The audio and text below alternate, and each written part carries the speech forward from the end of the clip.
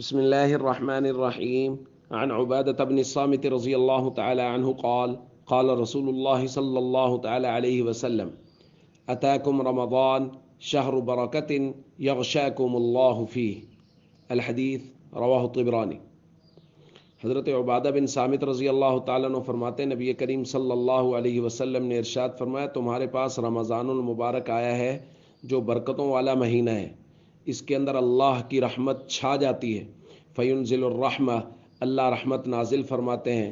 ویحط الخطایا، اور اللہ گناہوں کو معاف فرماتے ہیں۔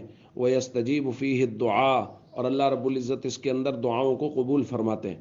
وینظر اللہ تعالی الی تنافسکم فیہ، اور اللہ نیکیوں کے اندر تمہارا ایک دوسرے سے آگے بڑھنا دیکھتے ہیں۔ ویباہی بکم ملائکتہ، اور اللہ فرشتوں کے سامنے تمہارے ذریعے سے فخر فرماتے ہیں۔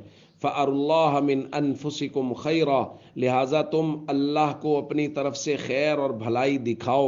فَإِنَّ الشَّقِيَّ مَنْ حُرِمَ فِيهِ رَحْمَةَ اللَّهِ عَزَّ وَجَلَّ، کیونکہ بڑا ہی بدبخت ہے وہ شخص جو رمضان المبارک میں بھی اللہ کی رحمت سے محروم رہ گیا۔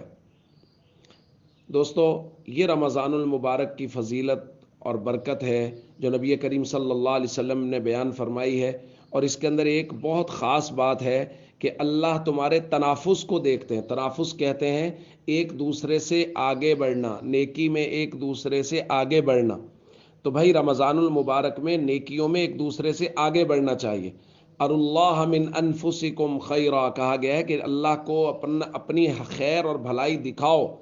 لہٰذا جو دوست احباب ہیں وہ ایک دوسرے سے مقابلہ کریں کہ میں نے آج 5 تسبیح لا الہ الا اللہ کی 5 تسبیح استغفار کی 2 پارے تلاوت کیے، میں نے آج 3 پارے تلاوت کیے، دوسرا دوست اس سے آگے بڑھنے کی کوشش کرے۔